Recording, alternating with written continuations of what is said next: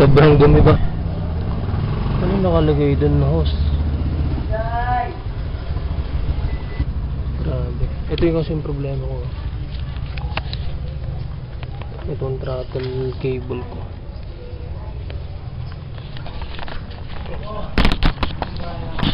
Ayan, throttle cable ko. Dito ba? Ito. Parang hindi siya ano eh, nag-stock up eh. Nag-high RPM lang siya. I-explore ko pa kung paano ko tatanggalin yan. Grabe din ng ano, engine bay ko.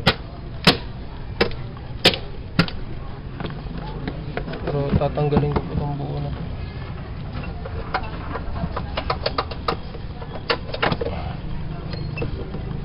Tatanggalin ko pa ito para maabot ko na mas maayos to.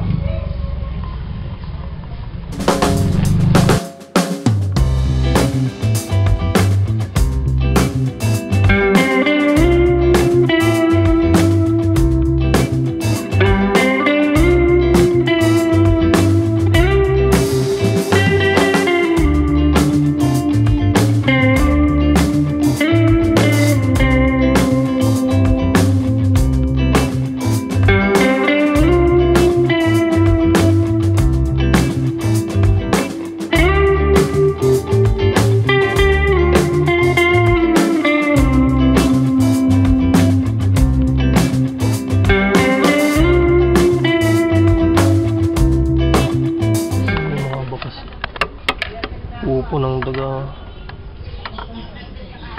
Sumobra yung tornilyo ni kuya. Parang di na ilagay dito. O ganyan talaga yan. Birahin ko naman.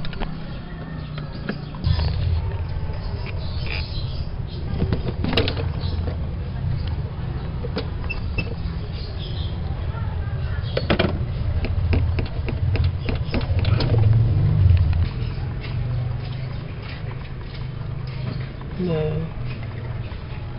Pag narad mong ganyan, may clearance. Yan, may clearance.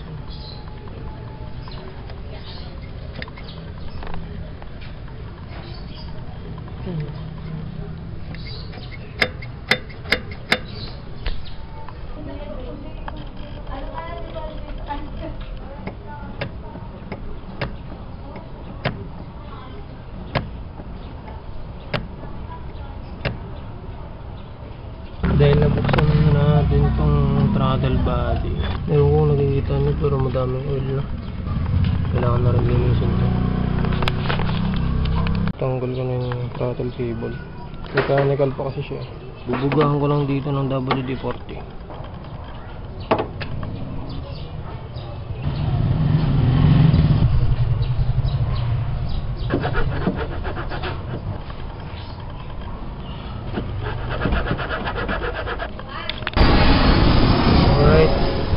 Nagabit ko na yung cable tol, nalinis ko na yan, nag-adjust na ako. Ayun, nag-adjust na yun.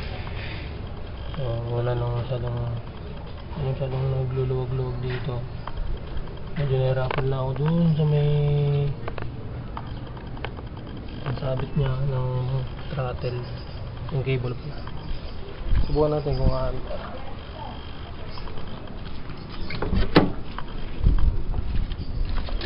Kasi unang under pa lang nito, nag-ano na eh, taas ng RPM. Oh,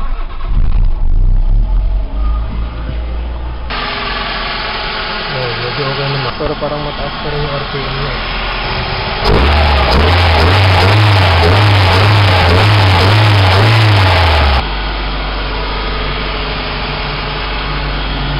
Obserbahan ko lang, parang medyo mataas pa rin yung RPM.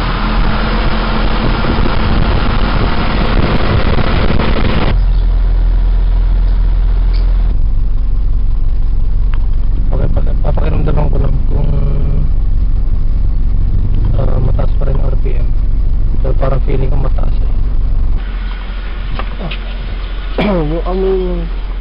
Yung amoy ng tambutso.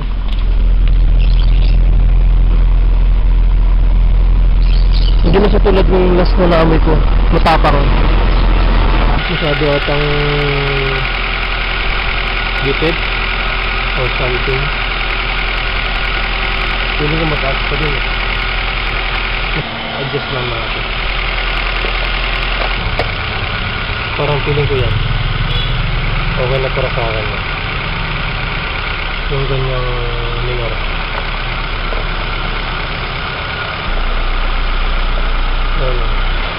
Ayun, andito siya. Ayun, high RPM siya. So, tapos yung cable ano siya.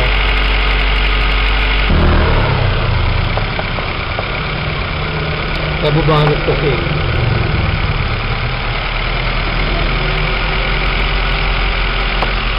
Kung cable ko na ata problema ko dito.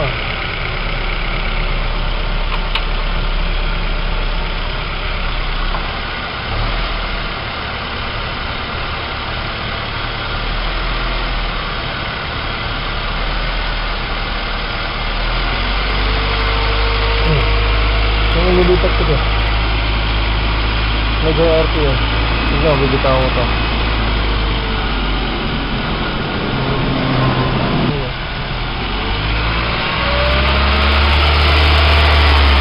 Dito pala nagre-rev siya.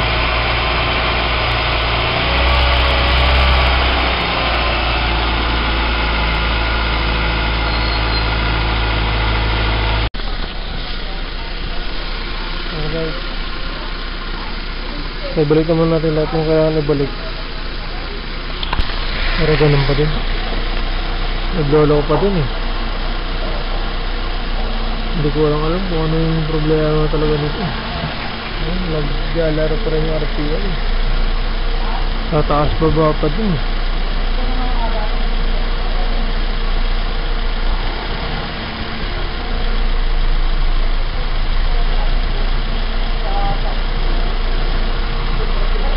Okay naman eh.